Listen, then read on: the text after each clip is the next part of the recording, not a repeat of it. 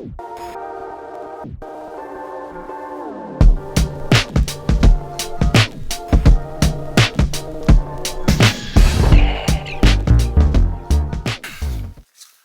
guys, here we are, and we are about to do the shocks.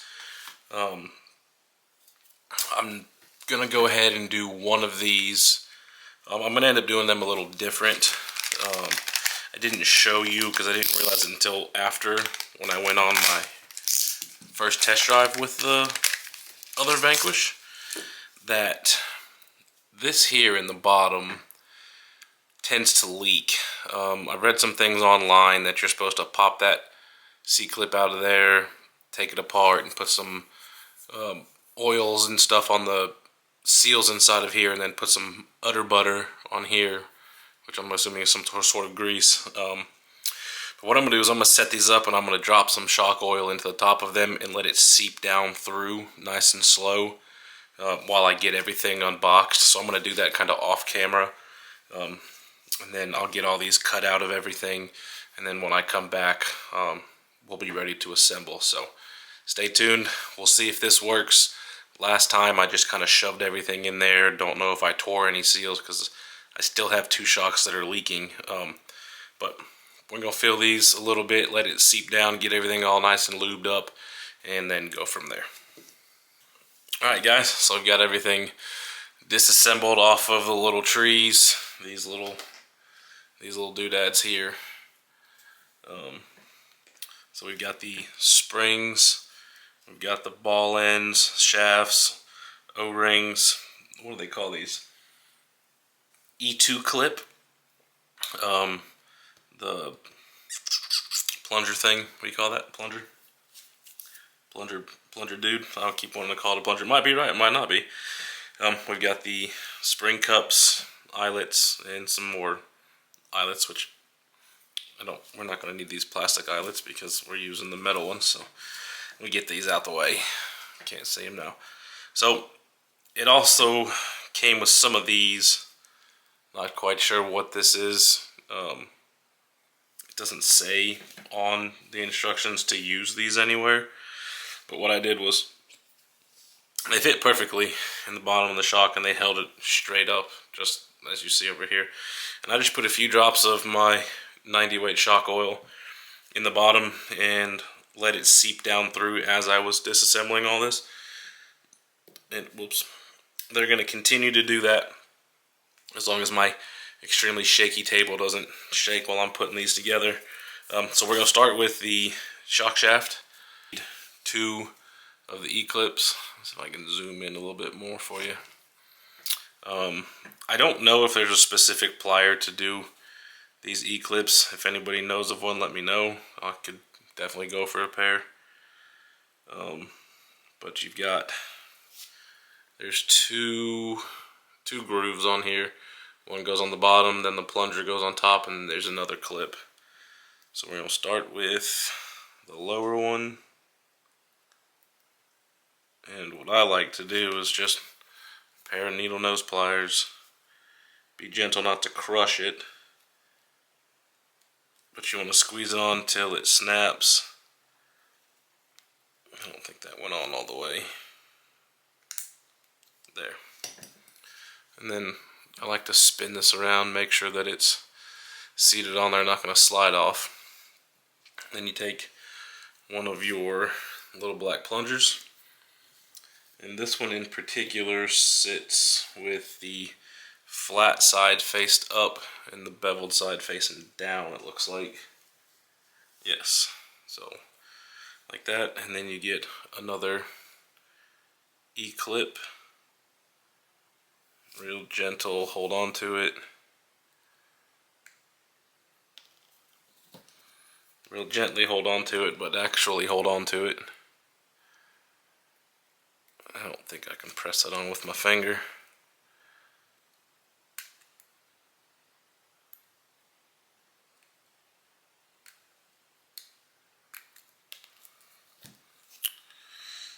Well, it wants to go on there, but it doesn't want to seat. Ah, there we go. Okay. Snapped on, put my fingernail on it, spin, make sure it doesn't pop off. Good to go. So that's that assembled. And then we will grab a napkin and we'll take one of these tubes, clean off the excess spillage. That way we can see if it's going to be leaking later down the road or not. And then you've got your collar for your shock, or for your coil. Thread that on. Make sure not to cross thread it because it is plastic. You won't have a good time if you do that. Then we will take the shock shaft, and I might be going a little overboard here, but I got some residual rundown on here. Just gonna rub it down on this shaft.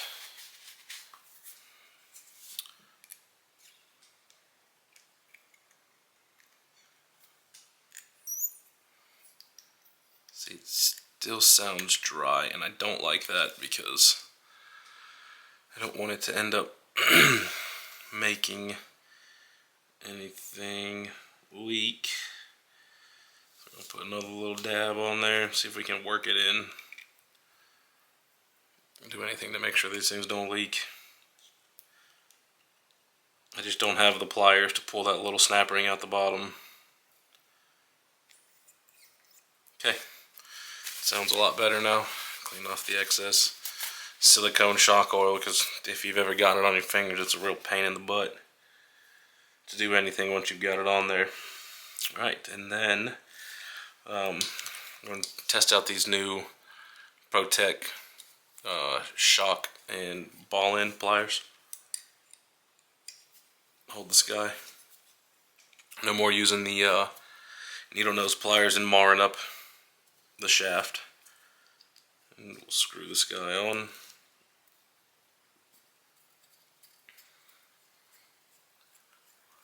I could use my drill for this, but these are a little thin. I don't want to go tearing them up. So these are a lifesaver. We'll see how great they do when it comes time to put the links together. Alright, and then we've got a blue spring. Slide that on. Then you've got the lower shock cup, and that will slide on and down. Then you've got one of these 2mm head screws to hold this all together so that you don't lose anything if you're going crazy down in the trails.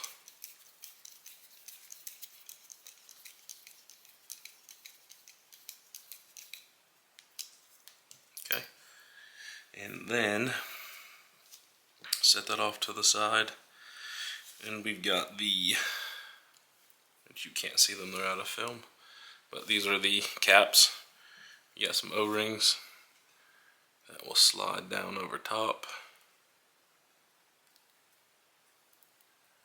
Roll it down. Then you've got these itty bitty 1.5mm head screws right here, and these little white plastic washers. Slide those down. This is going to be your air release screws. So we're going to screw these in. Just about snug. Okay, that's the top. Now we get to test these bad boys out again. So these are the uppers. They've got this extension standoff here built into it. And we'll set this in here.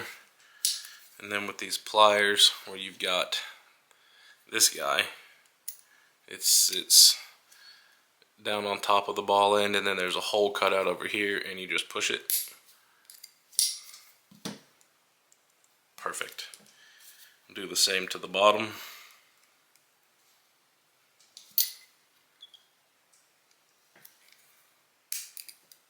Beautiful. And these also for disassembling, so if there's a cutout in there, if you wanted to squeeze it a little bit harder, pop the ball end back out, or the pivot ball back out on any other shocks or whatever. So Again, shout out to these pliers. They're making life a lot easier. And then we're going to add some shock oil.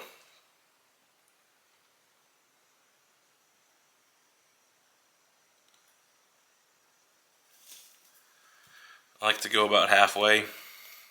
And, time out, that thing's covered in oil. Look at that, holds it perfectly too. I must have spilled it all down the bottle. That's gonna make the rest of this video fun. Alright, so what I like to do is just, well, overdid it that time. Didn't have enough oil in it, so come on. About half full, maybe a little over half full, and just kind of pump it back and forth.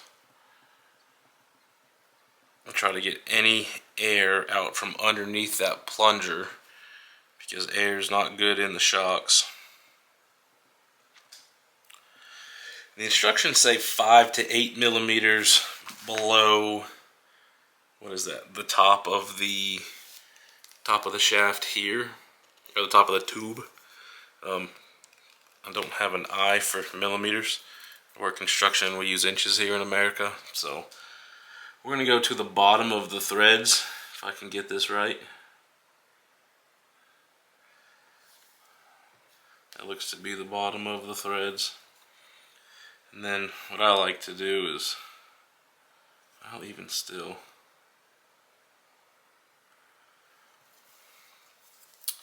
what I like to do is make sure that the shock is completely compressed before I put the lid on. So I went to just about probably 1 or 2 threads up on the inside here. Push this down. Gives you just enough liquid to crown over the top of the plunger. Get it pushed down, make sure that there's no more air bubbles. And you'll know if there's air bubbles, you'll see them, it'll make it look milky. Which looks to be some air bubbles in there. So what I'm going to do is when I get done building the shocks with the caps on, I will let them sit somewhere straight up, probably overnight, let all the bubbles come up to the top, and then I'll take the lid back off, push it down again, screw the lid back on just to make sure that there is no excess air in there. So now we'll take the lid, or the shock cap, and proceed to screw it on. Got some excess juice coming out the top.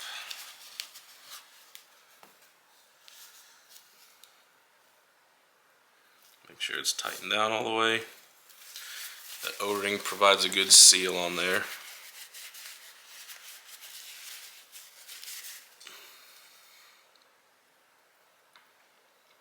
And I like to put it up to my ear and listen.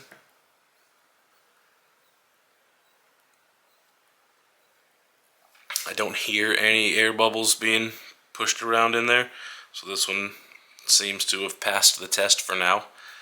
I know on the Phoenix build that I built, I had left it sitting overnight up off the ground with the axles drooped down, and noticed that there was shock oil all over the table the next morning. So hopefully that doesn't happen to me this time. So that's the first shock all assembled. We'll set preload once we get it on the vehicle and get the wheels and tires on it. I'll set this off to the side and going to proceed with putting the rest of these together. So, well, that is how we're going to do the shocks. I'm going to put a link up here in the corner for putting the drive shafts together because they're identical to the last build that I did. I'm not going to take up y'all's time doing that when you can watch the other video. And then the links.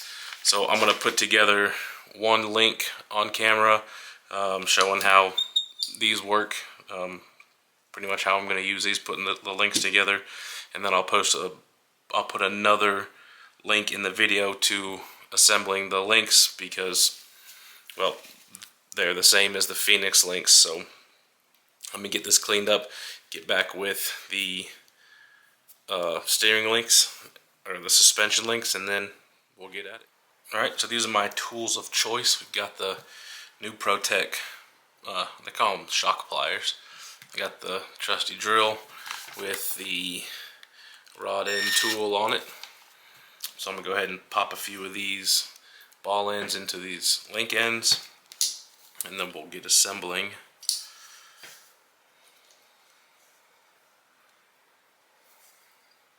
So just to show you again, you just kind of set it on the top, and then it sits inside the nipple on here, on the pliers, sits back over the hole, give it a light squeeze, and it's good to go.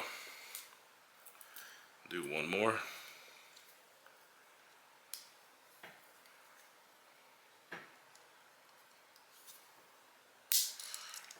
I mean, I don't know about y'all, but that's extremely satisfying coming from having to take one of my old tools or a hard table and putting the link end in the pivot ball and sitting here and pushing, which with these is pretty much hard without having the link already attached to it to get some extra leverage. But then you run the risk of bending something or overstressing the plastic, so no more of that around here. So we're going to go ahead and take a hold of these links. Now, this is the builder's kit, so it's I think it was less than $300, maybe $315, $320 shipped. So these links are itty bitty. They're almost the size of the shock shaft, maybe just a little bit bigger, so they're not as big as the other links. We'll probably upgrade these in the near future because judging how I drive, some of these aren't going to make it very long. But so you've got two different sizes up here. The little one in the very front is for shocks, the one further back is for links. So you'll hold on to it like this, then take the rod end. What I do is I like to push into it and turn to get it started, and then I'll come in with the tool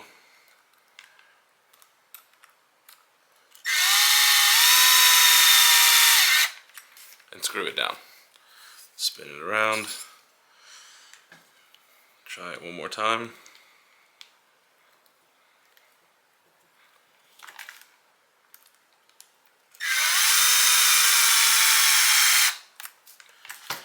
And boom. So that is how you assemble these links. Man, that's so tiny. So you've got this handy scale side, to scale drawing on the instructions. So where when you put in the links together, you want to make sure that you do have these angled links for your tie rod that goes from axle to axle. And all you've got to do is hold it. Light's a little bright. All you got to do is hold it up onto the page, and it fits whichever one it fits in is where this link will go. So this is a rear lower link. So that's that. Link in the video here to me assembling the links from the VS4-10 Phoenix Portal build, and then I'll also put a link somewhere over here, somewhere else, on how to assemble the drive shafts. I've got a whole video on that. I'm not going to do it for this build because, like I said again, they are identical. It is the VS4-10 platform chassis. This is just a little bit cheaper because it's the builder's kit. If you guys enjoyed this video, give me a comment, give me a thumbs up, and the next time you guys see me, we'll be putting the shocks, links, and axles on the chassis and doing a body reveal for final product. I've also got some wheels and tires, yeah, then we'll get this thing out on the trails and give her a rip. Appreciate y'all.